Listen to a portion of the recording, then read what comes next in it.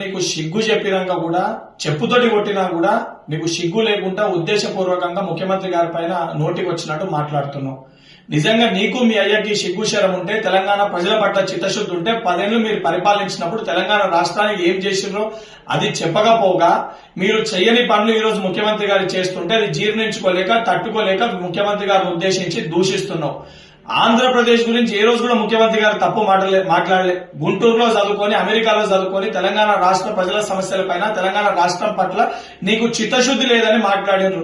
నువ్వు సోయి లేకుండా బీఆర్ఎస్ పార్టీని ఆంధ్రప్రదేశ్ లో పెట్టినప్పుడు బీఆర్ఎస్ పార్టీ అక్కడ ఏదైతే రాజకీయ లబ్ధి కోసము నన్ను ఆంధ్రప్రదేశ్ ప్రజలు భీమవరంలో పోటీ చేయమంటారు అని చెప్పి నువ్వే ఒక ప్రసంగంలో మాట్లాడినావు.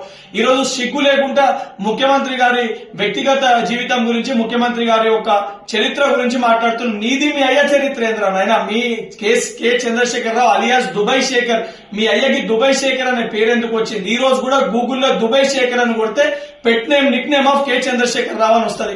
మరి ఆ రోజు దొంగ పాస్పోర్ట్ల పైన మీ అయ్య చేసిన ఘనకార్యం ఏంటి? అవన్నీ మర్చిపోయినావా? గతాన్ని మర్చిపోయి ఉద్దేశించి నువ్వు మాట్లాడుతున్నావు. ఏదైతే కుటుంబాల గురించి మాట్లాడితే గతంలో అడ్డగోలుగా డ్రగ్స్ ని వినియోగించి తెలంగాణ రాష్ట్రంలో డ్రగ్స్ ని అడ్డగోలుగా సరఫరా చేసిన ఒక చరిత్ర నీది. ఈ రోజు సిగ్గు లేకుండా ముఖ్యమంత్రి గారి గురించి మాట్లాడుతున్నావు. నువ్వు తెలంగాణ ప్రజలు నిన్ను మీ అయ్యని ఇద్దరిని కూడా చెప్పులు అరిగేటట్టు కొట్టారు. అయినా కూడా సిగ్గు లేకుండా ఈ రోజు బయటకు వచ్చి మళ్ళేదో నీతివంతులు లెక్క, సత్యహరిశ్చంద్రులు లెక్క మాట్లాడుతున్నావు. నిజంగా నీకు సిగ్గు ఉంటే జూబ్లీహిల్స్ ఉప ఎన్నికల్లో గానీ, సర్పంచ్ ఎన్నికల్లో గానీ నువ్వు పార్టీ వర్కింగ్ ప్రెసిడెంట్ గా అన్ఫిట్ అని చెప్పని ఈ రోజు నీ సొంత పార్టీ కార్యకర్తలు మాట్లాడుతున్నారు. స్వయంగా నీ చెల్లెని నువ్వు దయ్యం అని చెప్పి సంబోధిస్తుంది. సొంత చెల్లెకి సమాధానం చెప్పుకునే ఒక ధైర్యం లేదా? అడిగే ప్రశ్నలకి సమాధానం చెప్పే సిగ్గు లేదు. ఈ రోజు నువ్వు వచ్చి తెలంగాణ రాష్ట్ర ముఖ్యమంత్రి గురించి మాట్లాడతావా?